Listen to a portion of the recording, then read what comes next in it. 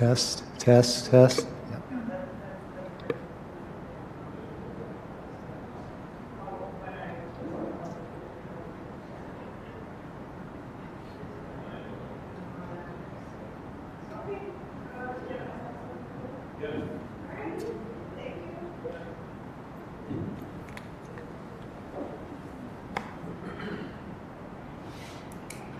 Just waiting on a couple more.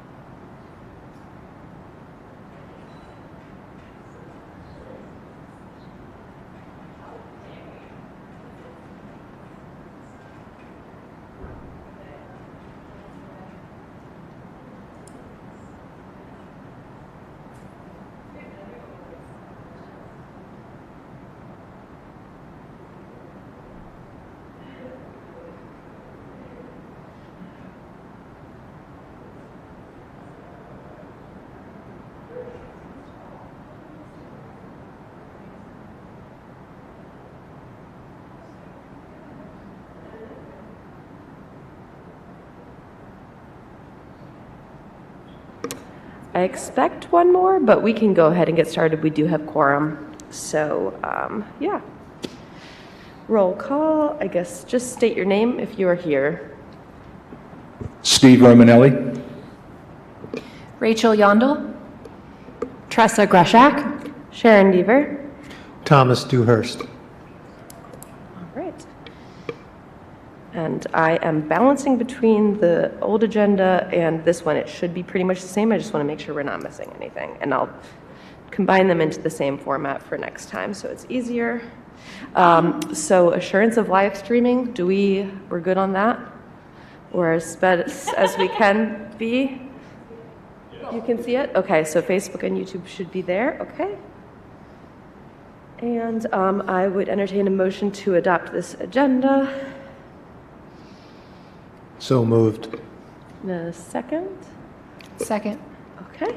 And then discussion? Okay, all in favor? Aye. Aye. Anyone opposed? No? Okay, so unanimous. We are good with the agenda. And we have 2 different meeting minutes to approve. So January and February. Hopefully everyone got their email with those. Okay. And then I would, was there any corrections, or otherwise I would entertain a motion to approve those.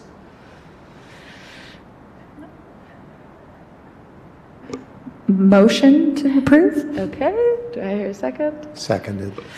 Okay, all in favor? Aye. Okay, any opposed? No? Okay, unanimous, we're moving on.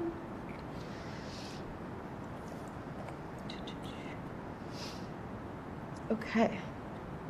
So on this one, we'll check the phone line to see if there's any public comments. I believe that would be you, Carrie. No public comments from the phones. Anyone in the audience? I think I know why all of you are here, but just if you wanted to comment, okay. Cool. Then,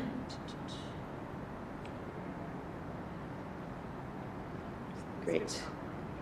All right, then we're on to new business already for the what we were calling procedural, which is the new applicant interviews, which we have 2 today. By chance, are we able to get their stuff on the screen, or no? It's okay if not. Okay. Yeah, fair. Okay, I wasn't sure if that would be to everyone if we did that. So, okay. So never mind. Don't worry. But yeah, we can. Let's see here. I don't. Everyone should have gotten the emails. I think the other one was from a month ago, so I'd have to dig back there, but.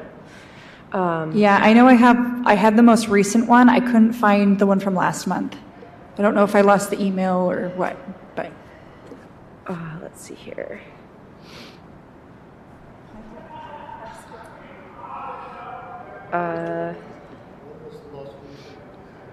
The 12th was the most recent one, and the one before. Okay, yes, March for the most recent one, and let me know if anyone finds it first for the first one. Okay, perfect. I found it. It's from the February 12th. Wow. So, David, if you would like to step up, we can start by asking questions, or you can introduce yourself, I guess. All right, my name is Dave DeBack. I'm a lifelong resident in Kalamazoo, and I'm open for any questions you have. Okay, great. Since it's been a while, maybe we can just start with probably some things you've already answered on here, but why are you interested in applying for the ECC? Well, a few months ago, on one of the 3 or 4 days of cross-country skiing we had in this area, ran into Gail Walter on the ski trail, and we got talking about a couple of different items, and then she had mentioned she's leaving and asked what the committee does, and she said I should come down here. I said I'm not sure I have anything that I can offer you guys, but she said I should come down, make myself available, see what you guys think. But basically, lifelong resident, I don't have any kind of background in science or environmental sciences, but been, like I said, active in the community doing a bunch of different things over the years, and the environment to me right now is of critical importance. A little frustrated that more people don't see it that way, and so I figured it's time for me to do a little bit more to be active in that realm. So I'm looking for things that I can do. Great. So we don't require anyone to be experts, but what are the most, I guess, top of the priority list for you environmentally that you're interested in seeing what you can do about, I guess, or whatever your intentions are, what your focus is right now? Well, there's a lot of things. I paddle on the Kalamazoo River and all of the bodies of water in the area, so I've got a deep concern about fresh water in the Great Lakes Basin in general, Kalamazoo River in particular. I sit on the Stewart's Kleinstuck board. I see a bunch of different invasive species, different concerns down there, and just in general, oh, and I'm an avid cyclist also, so I'm always concerned about that and the bicycle paths and whatnot. So, you know, those are all areas. I also did a lot of work on the north side for a while, so I'm familiar with graphic packaging and the neighborhood that's in, so I understand. I have a lot of friends that live in that area, so I've been hearing about some of those concerns. But just basically a broad-based citizens' viewpoint of environmental concerns. Great, awesome. Any other questions from anyone else? I don't need to hog them all. Okay. And as far as what I may have to offer, I suppose we should go back a little bit on that. I was in the legal career community for a number of years, so did a fair amount of dispute resolution, interviewing witnesses, both expert and witnesses, but lots of interviews. And basically, dispute resolution was something that I always enjoyed and thought that I was okay at getting to the bottom line on what people's feelings are and what's motivating them. Great. Okay. Oh, and I'm available on Wednesdays. Oh, yeah. That's nice. That's usually my first question. So you're able to consistently come at 4:30 on the third Wednesday of the month, which is what our current schedule is. And you understand it's a 3-year position that you could renew for another 3 years? Yes. Great. I'm not going anywhere.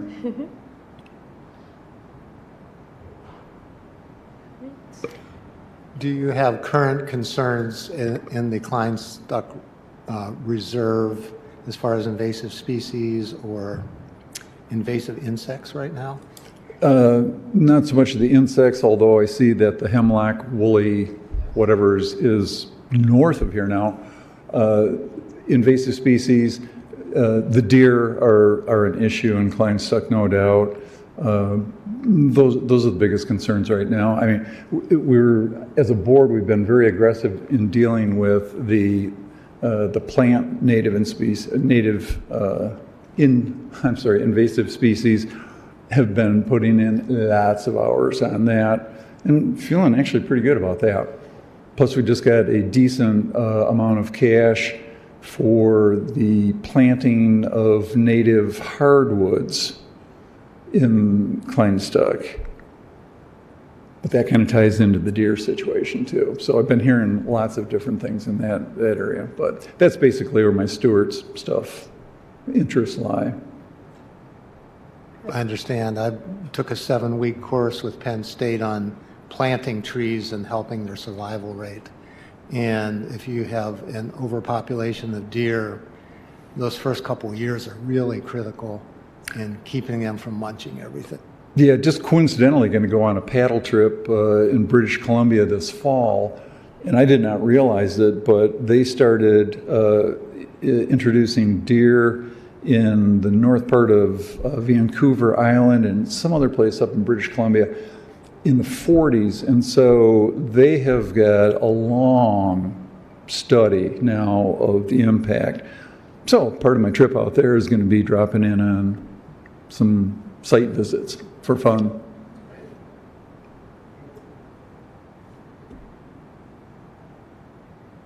Anything else? That's easy. Okay. Do you want me to sit around for the whole meeting? I don't. So we have another applicant, so we can go through that too. And then, I mean, we have multiple positions, so normally we vote, and usually we ask people to leave, but it's live streaming, so we've kind of recently just had you be here during that. You don't need to stay for the whole meeting, but you're obviously welcome to see I've watched a couple of them on YouTube, and I see that they don't last very long, so that's always a plus. I've sat on several boards that can go well into the evening. So yeah, I think the latest I've noticed was closer to like 6:15, but we haven't been going past 6. Usually at the latest, closer to 5:30 more recently, I'd say. Nice. Okay. Thank you. Yeah. So yeah, the next applicant, is it Demarius? Demarius, I'm sorry. Hello. Thank you for having me. So my name's Damaris Potter. I'm a junior at Western. I decided to apply for this position because I've been involved in some Green Week planning with the Office for Sustainability on campus, and that got me in contact with other organizations around Kalamazoo. And I also went to a networking event where I met Vice Mayor Hess over here, and she gave me some encouragement about joining. I saw online that there were open positions, and so I'm also majoring in political science and environmental sustainability. So I thought that this would be a good opportunity to kind of expand what I'm doing, and to get involved in the local aspect of it. And I'm not from Kalamazoo, though. I'm actually from Ypsilanti, so on the east side, near Ann Arbor. So, I've noticed that the greenwashing, I want to say, is very loud over there, and it's different over here, but I do want to invest myself in Kalamazoo. I do really love Kalamazoo. I love the programs here. I love the people that I've met, and so I think that this would be a really good opportunity, especially because I've also been doing an internship with Senator Jeff Irwin, and so seeing how, his legislation has been looked at the state level, I think it's kind of emphasized for me just the importance of local government, and I think this is something that I would be a really good fit for. So thank you. Awesome. And you're available the third Wednesday of the month at 4:30? I sure am. Okay. Great. And what specific, sorry, other people can go too, but. Mine's just more of the time, the length of the time commitment we would be hoping for. When are you graduating, and what are your plans post-graduation? So I'm graduating next year, spring 2025. I just applied for it 2 days ago, actually.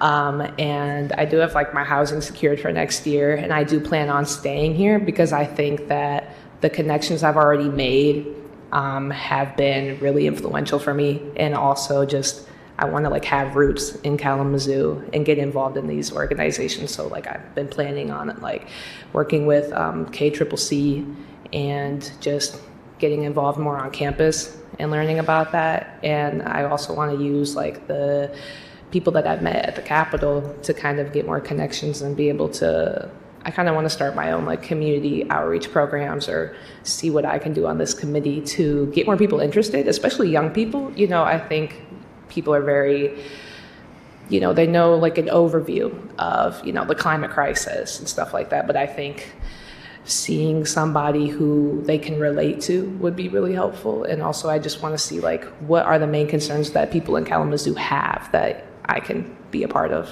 So Cool. And I guess what specifically environmentally are your main focuses also locally? Yeah. I've been really interested in waste, reducing waste in any way that we can. I see on campus the amount of food waste that is prevalent there. Over the summer last year, I worked at Waste Management as an environmental steward there. And so I saw just the vast amount of trash that piles up. I mean, part of my job was to clean up the roads where the trucks came in, which meant picking up trash and the amount of plastic that was there, the amount of foam. And I mean, these trucks are coming in and out all day, every single day. And so I kind of have a different perspective on it now. And I see it, people just kind of throw, we have trash cans everywhere, but what is actually happening to it, and how can we kind of reduce single-use plastics and stuff like that. So I think that that's a focal point for me. On the macro level, not to get into details, but I'm really interested in clean energy, renewable energy, what we can do for the city in that aspect, how we can, I was kind of talking to Mr. Gish about this, he was mentioning pollinator gardens for the city, for just how we can get maybe rooftop solar or stuff in that aspect. I think that's really interesting to me. So yeah, I would say those two. Cool. Any other questions? Okay. All right. Yeah, thanks. Thanks. I guess you can sit too. Thank you.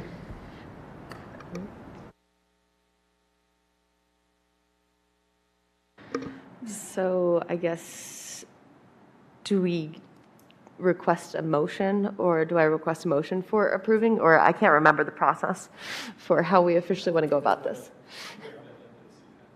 Okay, yeah, I know so that would be our motion would be to recommend. The city commission would have to officially place them. I remember that. Okay. Well, would anyone? Yeah. I'd be happy. I'd be happy to make a motion that we recommend both candidates.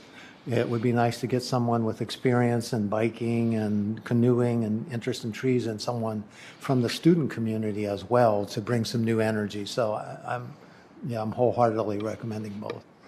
And I would second that. Great. Do we want a discussion on that, or I agree basically, but so any other discussion? Okay, then we can go for a vote. So all in favor? Aye. All opposed? None. So unanimous. Welcome. So we have to send that recommendation to the City Commission for their next meeting. Do you remember when that would be? So then you're able to start next month for your first meeting. I believe the 3-year term would technically have started in January. So you're missing like a few months of that 3-year, but just to keep it on the year. So cool. Okay. And yeah, you are welcome to stay or go. But yeah. Cool. Moving on.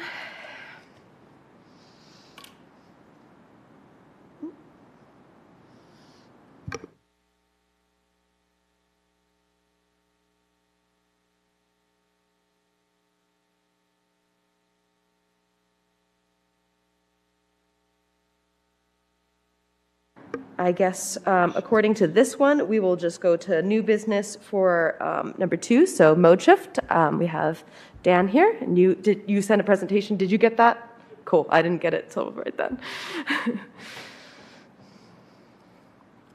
yeah, you can go right up there. And then are we able to put? Cool. Sorry.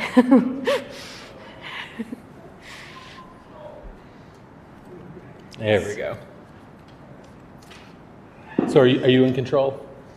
Yeah. Okay. All right. You're in control. We'll work together. All right. Hello, Environmental Concerns Committee. Thank you for having us today. My name is Dan Baer. I'm a co-founder of ModeShift Kalamazoo. ModeShift Kalamazoo came into existence around 2020, 2021, kind of in the deep, dark days of the COVID pandemic.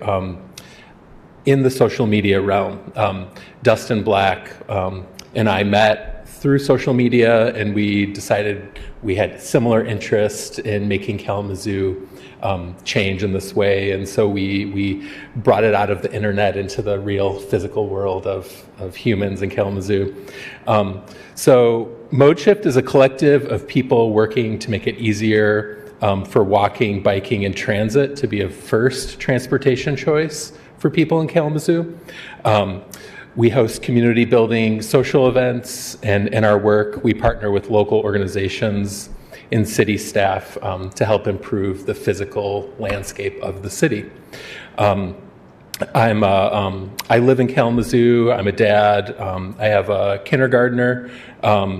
I love walking for transportation. I love cycling for transportation. Those are usually my first choices. I do drive. Kalamazoo is a place where driving is also often a necessity, and I just try to limit that as much as possible. I also, when I get a chance to take Metro Transit, I get really excited. I really like riding the bus. So that's a little about me. Next slide. All right, so I'm gonna, on the presentation today, I'm gonna more focus on the kind of environmental reasons for the advocacy work that we do in Kalamazoo, and I'm gonna not focus too much on some of these other aspects of why we mode shift. The bottom one is fun. I'll talk a little bit about fun, but that's my daughter, and that's our preferred way to get our Christmas tree is on our cargo bike. So I have an electric cargo bike, and it's quite fun, and I have found a safe route to the tree lot at Drake Road, so that's worked well for us. The other things I'm going to focus less on are the dangers associated with our roads in motor vehicles. You can see the number, that's a global number of over 1 million dead and 50 million injured globally. Financial, both individual and societal costs associated with over-reliance on automobile. And then of course, health concerns with sedentary population, explosion of diabetes and heart disease and other diseases of our sedentary lifestyles. Those are all reasons why I mode shift and why many people involved in the collective. I'm not going to focus too much on that, though I'm going to talk more about the environmental for our concerns today. So next slide, please. So this is just kind of a 101 environmental problems with cars. Of course, climate change is at the top of the list and the top of mind for anyone who's thinking about the environment these days. Greenhouse gas emissions, pollution associated with cars also. So I found a statistic that 4 million people die globally from pollution from the transportation sector. And I have a graph that'll show kind of the breakdown of where some of the problems in the transportation sector, how it breaks down. And of course, we have air pollution, noise pollution, and water pollution associated with roads and parking lots. The noise pollution really, it really hit me hard in the early days of the pandemic when we were home. There were weeks where it was incredibly quiet in Kalamazoo. You could hear birds in a new way. You could hear neighbors talking and laughing in a new way. It was really like a revelation, and it was quite pleasant to have that experience and think about what our world would be like if it was quieter. And cities are not loud places. Cars are loud. A lot of the sound that we're getting is coming from cars and their tires is where a lot of the noise from cars are coming from. We have land use concerns associated with cars. So we have habitat fragmentation, loss of farmland, suburban sprawl, and that includes both housing and job sprawl, which we certainly see in our county. And we also have a unique situation in Michigan where we have kind of a shrinking tax base and continually growing infrastructure costs. So the population of our state is essentially stagnant for maybe an estimate 50 years now, but we keep building more roads, more power lines, more water, more sewer. We have the same population that's trying to pay for that. So what are we not paying for? Why are our roads in such bad condition? Why is our electrical grid in such bad condition? These are some of the reasons, because we have sprawled out too much. And then there's the life cycle costs associated with cars. There's energy needed to build the car, mine the materials that go into the car, run the car, transport the car, and eventually this huge item goes into a landfill, what can't be recycled. And cars are enormous, and here's an enormous car that my daughter and I witnessed when we were going out for an ice cream. Quite imposing. Next. So what can we do? What are some ways to mode shift, and what are some alternatives to cars in Kalamazoo? This is a picture from the holiday parade this past year. Metro Transit did a really nice job.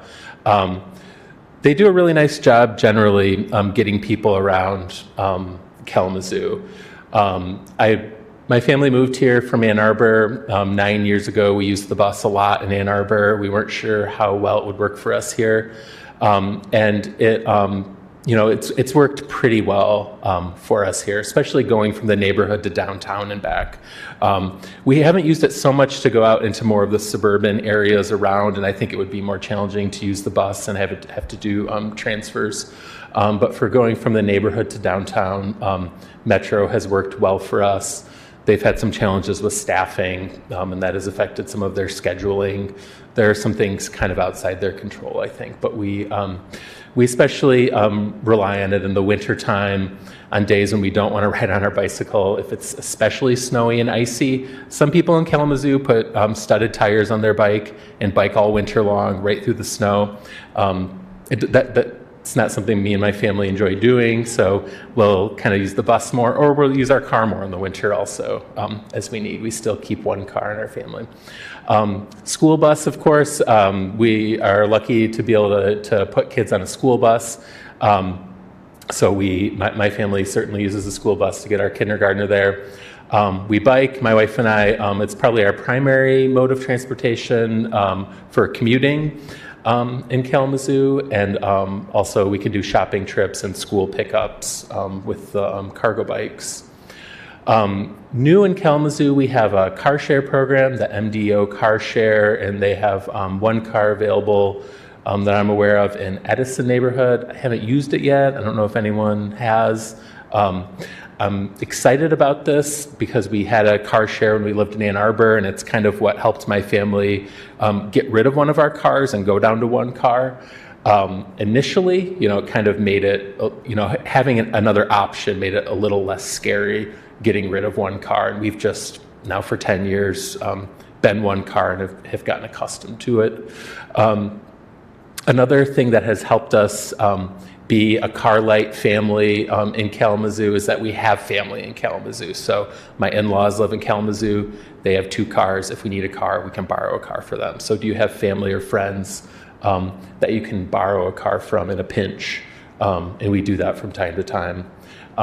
It's becoming more and more people are working from home these days. So that's another way, that's kind of an alternative transportation in a sense. And then car light life. And, when I'm talking about this with people, I really want to emphasize that it doesn't have to be an all or none mode shifting. You don't have to ride your bike with the studded tires in the wintertime, and be hardcore about it. Like, try it once a month, try it, on a nice summer day, go to the farmer's market, do something that's kind of low stress, find a friend who does it and go along. It doesn't have to be all or none. Just kind of dip your toe in the water. I grew up personally in a far out suburban area that was kind of borderline rural. It was completely car dependent. I didn't really ride my bike much, except in my little neighborhood as a kid. So this is something that I've learned how to do as an adult, and it takes time and it's not easy, and people need to be patient. So next slide, please. Here we are on the way to the school bus stop. You can see some of the challenges of mode shifting. Sometimes you encounter Herbie Kirby's on the sidewalk you got to watch out for. So environmental benefits of active transportation include less pollution and clear skies, healthier communities, healthier people within the communities, a reduction in harmful chemicals, both from the release coming out of the car's tailpipe, but also, in runoff and things like that.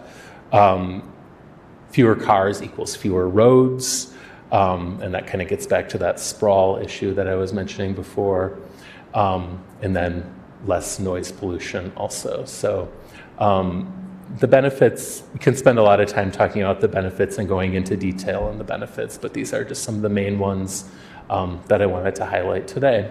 This is in my neighborhood street, and you can see in this picture there's a bike route that will connect from the West Main Hill neighborhood into the Westwood neighborhood, and this is a great route for getting from a core Kalamazoo neighborhoods out to the shopping areas out on West Main and Drake. There's really actually quite a comfortable, safe bike route that has signs the whole way. So I've really enjoyed learning how to get around out there. Next, please. And cars are great tools.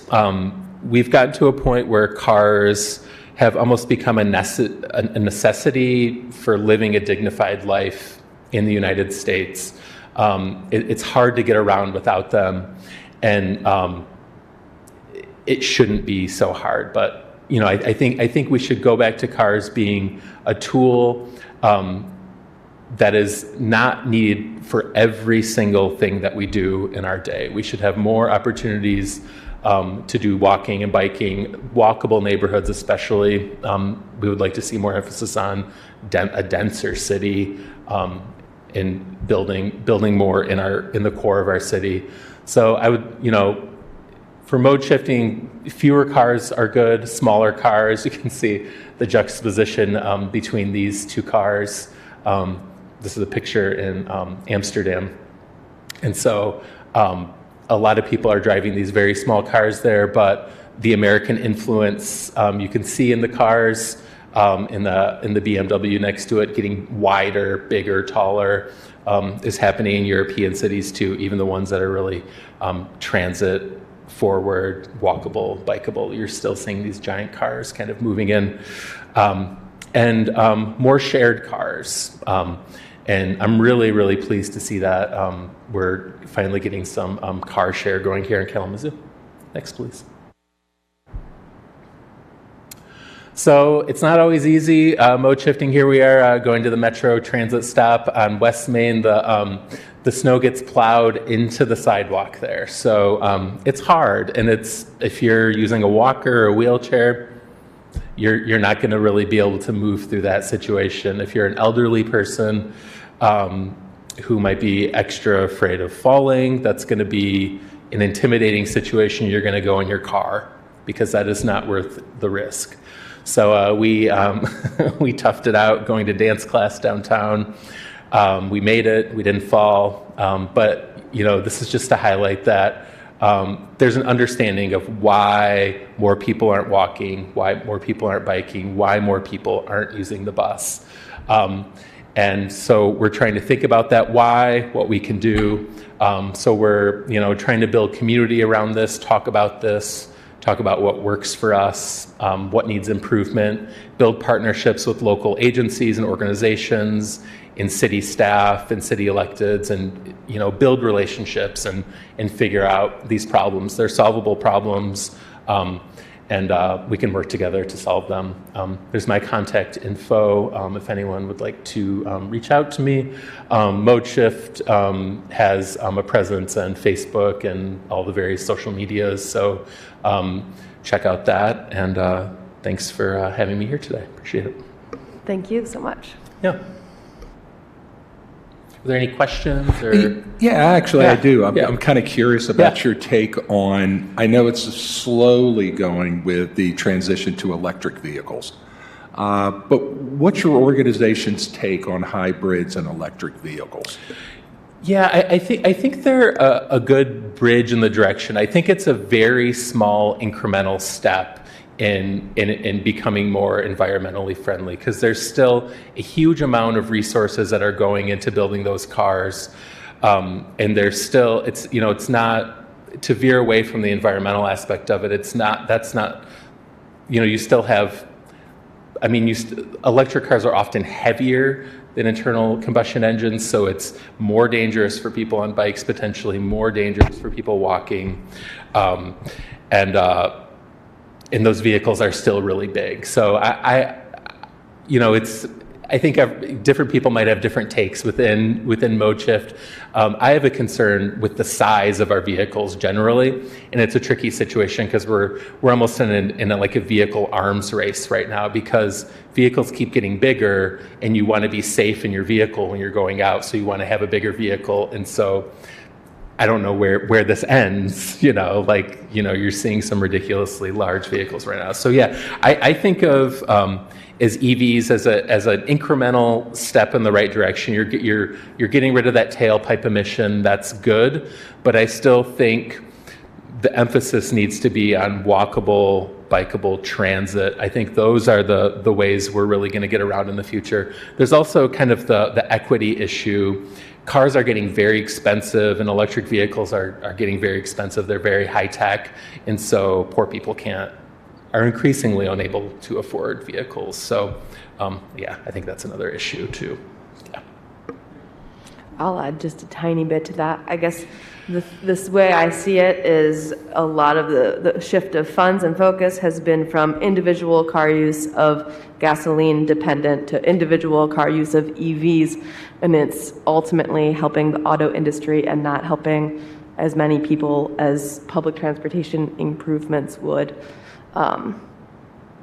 Yeah, and car bloat is the name of cars getting bigger and bigger.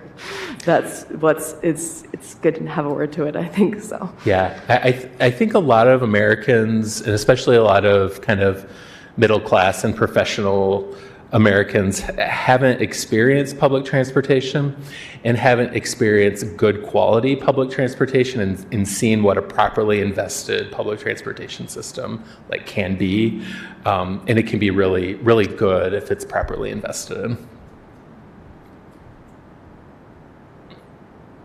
I agree.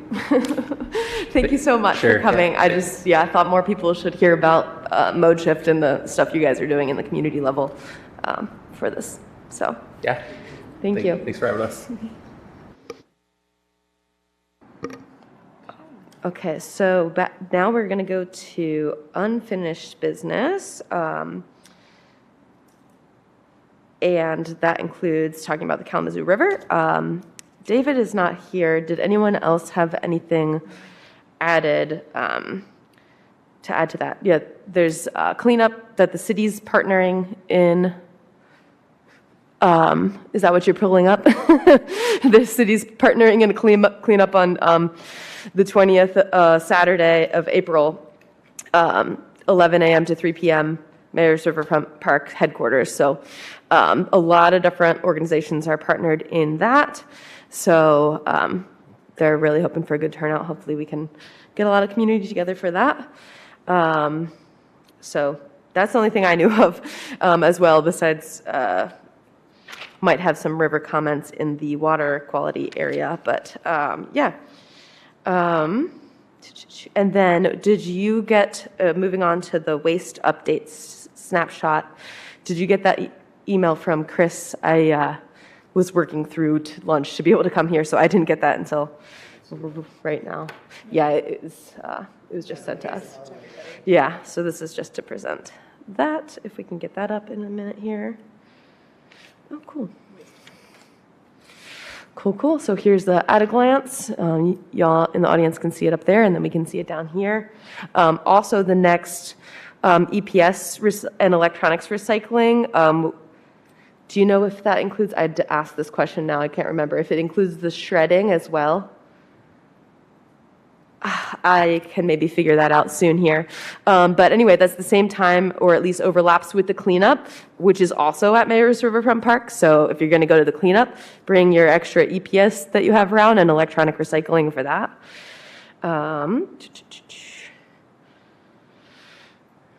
So yeah, and also next month we have the waste coordinator for the city, Chris Broadbent, coming in to talk about some of this too, so he'll be able to answer some more questions if you want to get those ready. And we also will have Bobby's recommended guest to talk about how compost has looked in a different city level, so we can ask them questions about that as well.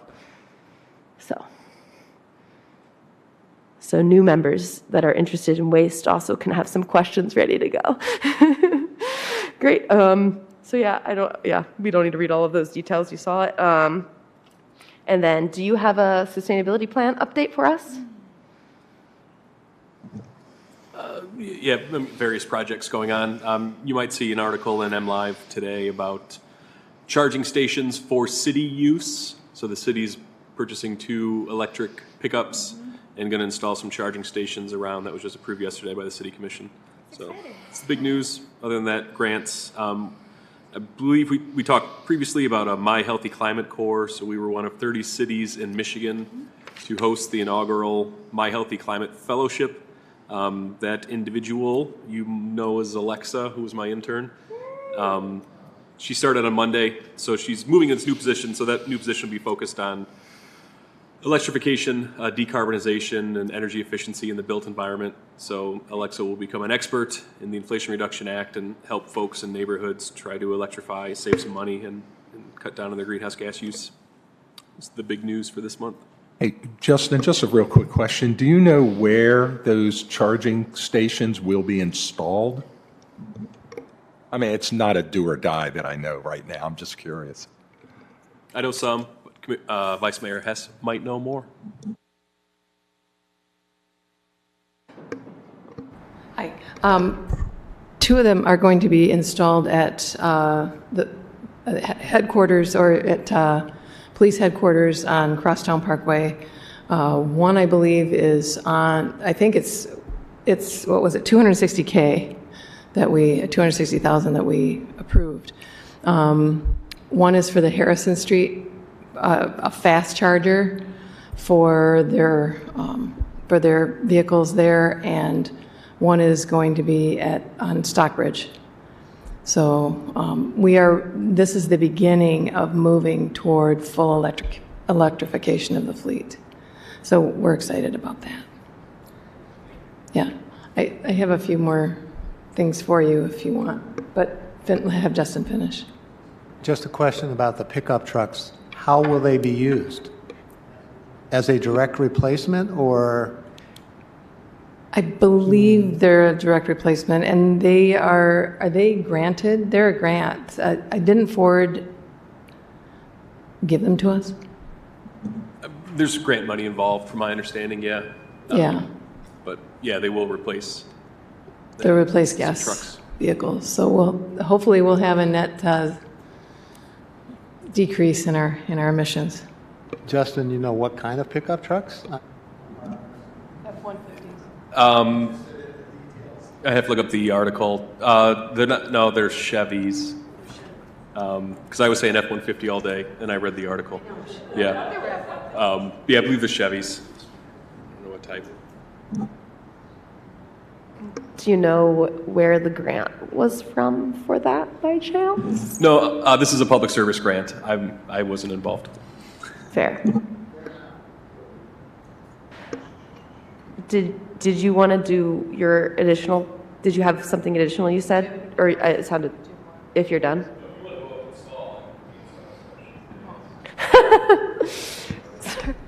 I've just been writing down a few things while I've been listening here. And first of all, I'm really happy for for the two new members here. I think they'll be great. Welcome. And Dan, thank you for that presentation. The commission, for the time that I've been on it, is really concerned about the speed and the size of the vehicles in town, and just this culture of speeding, and the way that community planning, economic development deals with it is through road dieting and changing the roadways. And so we need as much support for that as we do for alternative methods of transportation. But it really is changing this culture, and we have to change our minds about this. I went to the opening or the unveiling of the car at it's at the Creamery, the electric car at the Creamery, and it's amazing. So $5 an hour, you can sign up online to rent it for $5 an hour or $50 in the day. All the insurance and maintenance is taken care of. And so Hollander has done the work to know that housing and poverty and transportation are linked. And this is their one little way to do that. If there's any way that ECC can find to work on more of these vehicles available, why can't you check a vehicle out of the library, right? Like, is there a way to engage someone downtown so that, get the bus downtown, and if I need to go on an appointment elsewhere, out county or something, there's a car available downtown. So just a thought for something for ECC. And then on May 11th is the bike rodeo, the bike show here, right here at Bronson Park, and the biking around town. So that'll be exciting. And I think KDPS is having a bike. When is the bike rodeo? Do you know what that is? When that is, Dan? Somewhere in April. There's a bike rodeo down at Mayor's Riverfront Park as well. So everybody can learn to use their bikes. But again, thanks for everything you're doing. I look forward to moving all this forward. Do you have some answers for us? I don't know if that was enough time, but. Yeah, no, it's always like a game show here. I got to be better prepared. I never have questions. All right, 2 electric Chevy Silverados used for use by public service staff. Full size. 2 level 2 EV chargers at KDPS headquarters, 1 level 2 EV charger at Public Services Stockbridge facility, 1 truck mobile charging recovery system to support the EV roadside assistance, 2 level 2 and 1 DC fast charger at Public Services Harrison facility. It doesn't name the grant, but it says that grant money was involved. So if it says grant money was involved, is that just a portion of it or all of it? Or is that too much to ask as well? It's not too much. I don't know. Yeah, there was some grant money. Okay. I guess I'd be more interested why we're asking what do we want to see? Get to the bottom of it. Well, I guess I would like to know where the grants are coming from, because are these grants for just that purpose, or are those types of grants also possible to invest more in things like public transportation, potentially? So because from what I've seen in general, and I'm not going to say specifically here, but a lot of times grants for things like e-charging stations are coming from automobile investors interested in giving grant money towards those kinds of things. So is it only something that's possible for that kind of a use, or just interested? Yeah, no, I see. No, that makes it more clear and helps me understand it. I'll check. Initially, I would say that it's probably some type of Michigan My Healthy Climate grant. I don't know. I won't assume. I'll come back with an answer for you next time. That'd be awesome. Maybe we can put that in continued. Should we keep a item on the ongoing business having to do with this? Cool. Okay. That could tie into your appreciation of cycling and stuff too. So, which I share. So, okay. Then moving on, I'm going to make sure I didn't miss anything from the other version. Yeah, I guess I wrote in and have been writing in if anyone has any suggestions of things to add to the agenda, open to it. I think we might have a pretty full one next month, but we can add more things. And you can both also think of things that you would want to bring to the table, of things you want to add on. Soon we're about to go into our subcommittees, so everyone is pretty much on one or multiple of these subcommittees, and that requires, or like, they're usually going to another meeting and then reporting back what's going on. So we're always able to adjust those, or you can look into those. Okay. So does anyone have anything to add? Okay, great. Then we can go to the reports. So NFP Review Board, Bobby is not here. So I haven't heard, I don't believe I heard, unless it was a really long time ago, any updates for that. So we'll move on. And then air and water quality. Bobby's also not here, but I did want to add something. I think probably most people saw the chemical spill from Pfizer a little over a week ago. The most recent article I saw was yesterday, showing that over 1,000 spilled, but 94% was contained on site. And Jim Baker's comment was that the city can handle up to, I believe it was 258 gallons per I assumed day. I couldn't remember if that was the amount. So it was well within their capacity of containing the pollution, according to Jim. So did anyone else hear more or have any other comments on that? I think the only other thing I saw was that they've lifted the no contact. Yes, yeah, that was in that article as well. So yeah, there was a no contact advisory. Then there was a, we won't know the extent of this for a little while. Testing had to go up to Muskegon and stuff. And then a week after the no contact was lifted, and they told us the total that was in that. Just a point of clarification, what did get released did go to wastewater treatment, not surface water, and that's the reason that the no contact was lifted. Released, which is great that it did not get to the, either the Portage Creek or Kalamazoo River or Davis Creek. Thank you. I was not 100% clear on that, so I appreciate that. Yeah. Thank you. Okay. And then does anyone have any other updates with air quality issues? I don't know of anything offhand. Okay. Okay.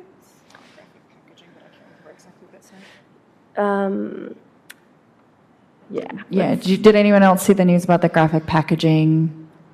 That was, they lost it. I saw a little bit about that, but I didn't know enough, and I would love someone that knew more about it to speak to it, but they were no longer, there was, I think I read something about they threw it out. So there were some factual inconsistencies and some leaps in logic that were not true. They were assumptions. So that's, if I find the article, I can send it out.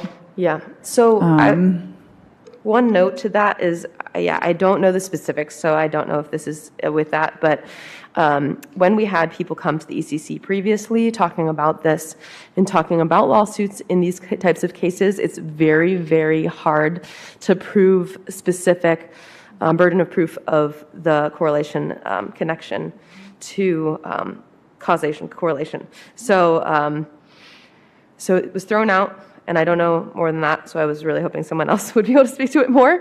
But I just wanted to note that it is very hard to prove that. So that's my final comment, I guess. Hopefully we can hear more next month. Moving on to wildlife and natural resource protection. Oops, that's you. That's me. Nothing really new to report that hasn't already been stated. Okay. And planning commission? Not too much new with the Planning Commission. They're doing there's a proposal for another vacation of like Water Street, so near where the arena is, which would kind of narrow Water Street. It's basically like avoiding like building too close to Acadia Creek. So that was recommended by the Planning Commission, but that was the only. Was variation? Was that a variation request approved or something? Is that what you're saying? A vacation. Oh, okay. Yeah, so they're basically like proposing to narrow Water Street. Okay. Yep, but that was all. Thanks. Yep. And tree committee. As you probably know, I am a relatively new member to the tree committee, taking over for Gail, who served for I think 6 years. I'm learning a lot. The first thing I'm learning is that we don't meet very often. We didn't meet in January and we did not meet in February, but we did meet in March. And what came before the tree committee in March were requests to remove trees for different construction projects. One is, if anybody's been going down Oakland Drive by Angling Road, you'll know that the country club has a huge project. It's being resculpted completely. But the request is to remove a few trees so that the intersection at the traffic light of Angling Road and Oakland can actually be squared up. And that's where the traffic will enter and exit from both Angling Road and from the country club parking lots. And so what they were asking us if they could remove about 10 trees. Not that big. And what the solution has, we did eventually approve it, but the solution is kind of a 3-to-1 replacement for the trees that are, and as close to possible in that neighborhood. And it looks like they're going to go in across the street on the east side, on the country club side. So, yes, question? Are there size requirements for the replacement trees for the 3-to-1? That I don't know, because I'm still new enough that I'm learning that it's not always clear when an motion is passed. My understanding is that they'll be coming back next month with a follow-up on that the trees have not been removed yet, but they'll be coming back with a more complete tree inventory of the trees that are going to be removed. Is there, and I'm sure you don't know this answer quite yet either, are there any requirements about the trees that are replacing the removed trees, if they're local species, if they're species that encourage a lot of diversity? The answer is that they will defer to the tree committee Okay. and the Department of Public Services. Okay. And the emphasis is going to be on native trees, and also and shade trees as well. Okay. And there is a list of trees that they don't like. I mean, they're not crazy on black walnut and locust and basswood. I mean, it's just that I don't understand all of that yet. The other one, which was much more difficult for me, is a city water project on Lulu Street in the north side, where they received a $20 million grant from Eagle to put in new water lines. And new water, like tear the street up. And Eagle had very specific spacing requirements on how close the water line could be to the trees in the curb lawn. And the problem I had was that there's probably 7 or 8 sycamore trees like this. And that just, to me, is really hard to come up with that compromise. And my part of the discussion was, you realize that for some people on the, what would that be, the west side of the street, they're losing all their shade trees. And so we did get some compromise on that, in that usually the city is only allowed to plant in the curb lawn, and they can move things around, but we're talking little trees like this. So they have found some additional funds that they are going to actually work with the homeowners to plant in the yards out of the curb lawn in order to help compensate. And as we all know, that's not great because you're losing a tremendous amount of shade. But they were not, one of the issues was in a public safety sense, they didn't have enough water pressure to do firefighting. The lines were so small, I think they were like 6-inch lines in some places. So that's the dilemma that I see. I mean, it's not all good times. The question I would have, I mean, that's excellent readout that you did. I'm just kind of curious, if they put it in the homeowner's yard, it becomes their responsibility, correct? Yes. Because right now, the city, if it's on city property, they're responsible for, we as the city are responsible. Right. And I would say the answer to that is more to the capacity of the department. Because, for example, we discussed where I live in the West Douglas neighborhood in early December, we had maybe 150 new trees planted, which is awesome. I mean, just really all these gaps in curb lawn and in other public spaces. But the watering contract is for 5 times a year. And if you know anything about trying to get a new tree to take hold, 5 in a drought summer is really going to be tough. And so they're encouraging buy-in from people that live close by. We had a gentleman from the Vine neighborhood say they carry 5-gallon buckets of water down to the new plantings and, maintain the mulch and stuff like that. So it's something for any neighborhood. If you have new tree plantings, anyone wants to adopt a couple of trees, it's not like you have to do a lot, but it might need help to have some supplemental watering. I have several questions. Yes, So, please. So 5 waterings, that's a part of the contract for when the city is contracting out tree plantings? Yes. Okay, because we were, It's all, In my neighborhood, it was all contract planting, and they mulched at the same time. And then they're contracted for 5 times over the next 2 years, 5 each growing season, if you will. And they'll maintain mulch if needed, but over 2 years, I kind of doubt it. You'd be surprised. Well, Okay. they put it on really thick. So also, yeah, for the planting a tree in someone's yard versus in the curb lawn, I remember some sidewalk issues where sidewalks that needed to be repaired because of trees on the side of the person's house property would then be responsible for the sidewalk damage, but if it was in the curb lawn, then the city's responsible. So is there anything changing with that if they're helping people? I think because of what we say, somewhat dire impact to at least the residents on one side, the city is going to come back again for the next couple of months to discuss how they're going to address that. They're not going to put it just on the other side of the sidewalk. They've got to have to get it further into the property and then try to make arrangements with either landlord or homeowners to help maintain it. And, you can't guarantee that, but that's my understanding at this point.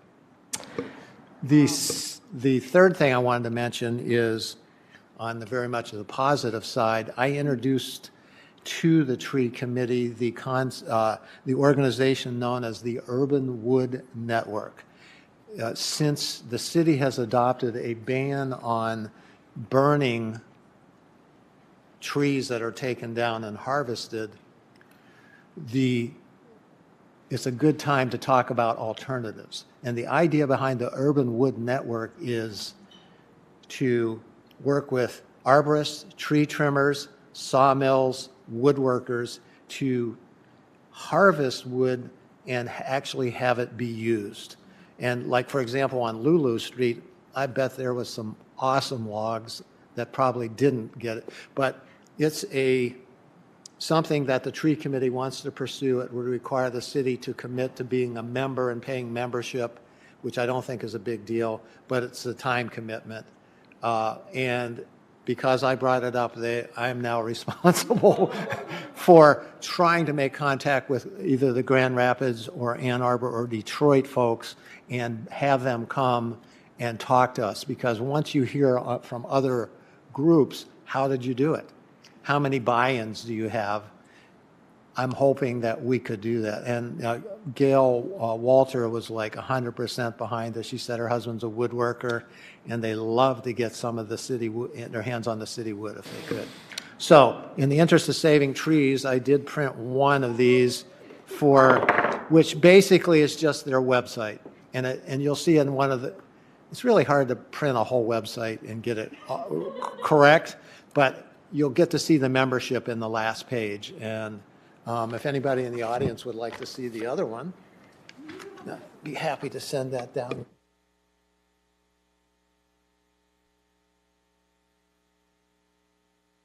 As you're doing that, one thing we might consider as a committee is if you find one of the other cities or many that are actually have done this, I'd love to hear from them.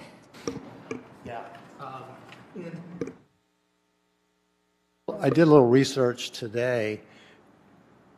Michigan is one of the few that has a chapter in the Midwest. There's Michigan and Illinois, and I believe the members are Detroit, Ann Arbor, and Grand Rapids. That's it. And because it's not an easy strategy on, you're going to have tree trimmers would be like, well, what do you want me to do with the log? Where am I going to put it? Who's going to pick it up? Can I leave it on the curb lawn? All those kind of questions. And then consumers might be contracting out to take down, where it impedes on power lines, for that reliability. But I want to just learn more and sit down with one of them or, a phone call or something, FaceTime, and say, how did you do it? And I have a feeling it's going to be a mover and shaker, someone that said, oh, I'm an arborist, and I hate to see all this wood go to waste. And the history is that it started in the Midwest because of the emerald ash borer. And so the goal was to harvest all these trees that were dying and turn them into usable wood, flooring, building materials. So, What currently is happening? I thought when the city's cutting things, they have their own compost and mulch area where it's free for people to get mulch. So is that what's currently happening to all of those? I can't answer that, and I don't know if Justin can, but my understanding is it's the smaller stuff being shredded. But I don't know. I mean, I can't imagine 2-foot in diameter logs. Any chipper or shredder can do that. They are. There was a tub grinder that they rented, so all of the waste that came down in the last ice storm was ground up, and it's not being handed out publicly. There's too much random debris that we didn't want to spread around. But yeah, they did purchase a large tub grinder and ground it all up. Even the big stuff? Even the big stuff. Oh yeah, look up tub grinder. It's neat. Yeah. Any other questions for the trees? Thank you.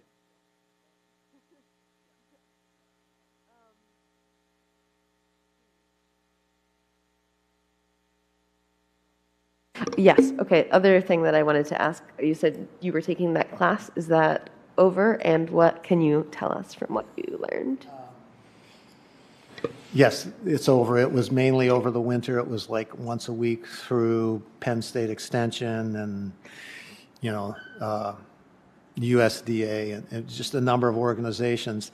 These are the people that taught the class have been doing tree plantings in urban environments for sometimes decades. So they had a massive amount of background and experience. And part of it was learning about what it takes to actually have trees survive in an urban environment.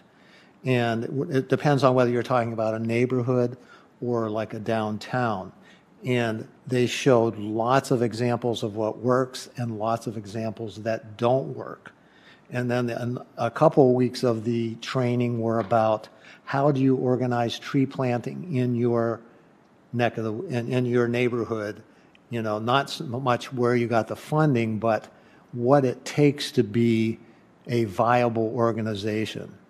And the main takeaway I got was, if you're the coordinator, you need to be available at any given moment so that people get to know you, to get the buy-in.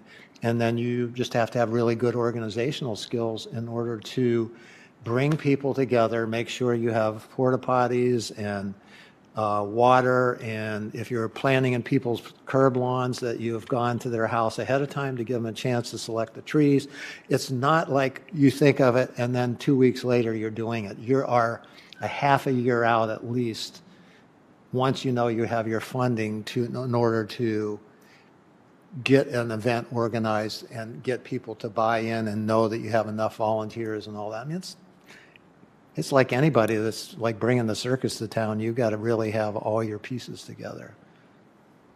So that's it. And then I learned things that you're not supposed to do, like I was doing with my peach tree. You have to mulch around the root area. Do not let grass puts out enzymes that impede the root growth, and most of the root growth is within a foot of the surface of the soil, regardless of the age of the tree. And then we had a whole class on proper tree trimming, pruning, because most people do it wrong, and there's a place where you can do it and not do it that allows the tree to heal the wound, and a lot of examples of what not to do, including people with chainsaws and extension ladders. So yeah, I mean, I would recommend the course to anybody. I think it was like $45. What was the Amazing. course called again? Tree tenders, Tree tenders, and you said it was with Penn State? Penn State, right. Thank you. That was done by Zoom. Awesome. But really, really well done, really, what we say, experienced teachers. So that came to my next question, the tree trimming. So it's been a little while since I've looked into it, but does the city then have specific, like laid out rules basically for how to trim the trees properly for when it's impeding right-of-way or electrical lines or whatever, because I would love for it to be done properly, and I have not always seen that. That one I'll have to, I believe that there's a manual that's being finalized. That might be in a, what would you say, a draft form, but that's something that I'll have to bring up and ask and try to get more information on, because I know, like, just in my own neighborhood, when consumers come through, I'm like, boy, what, they really chopped it up. Oh, thank you, 2023. Yeah, so who? So it's online, but I don't I'll have think, to look at that again, and then I guess if it's not being done properly, if you could figure out what we're supposed to do. I'll study the manual and Yeah, then try to call 311. ask good questions at our next meeting. Okay.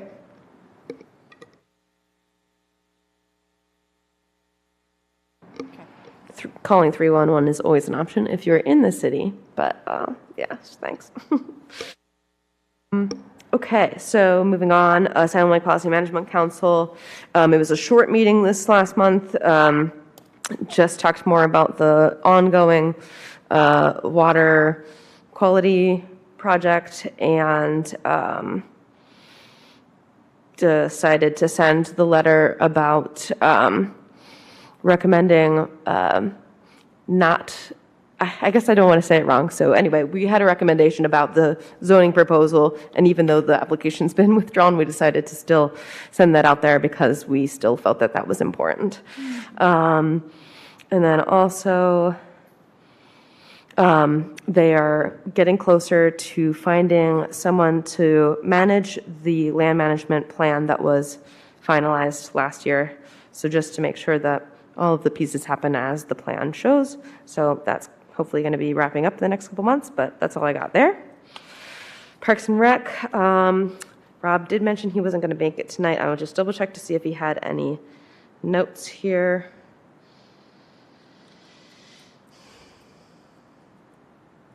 Okay, doesn't seem like there's any updates there. So also, Kalamazoo River Watershed Council, David is not here, we'll go on.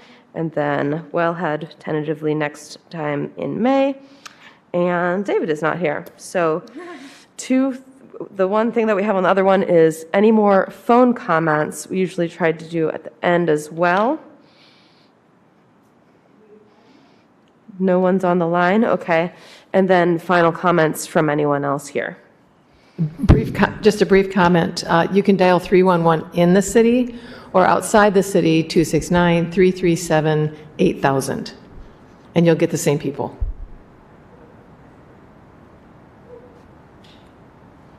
Thank you.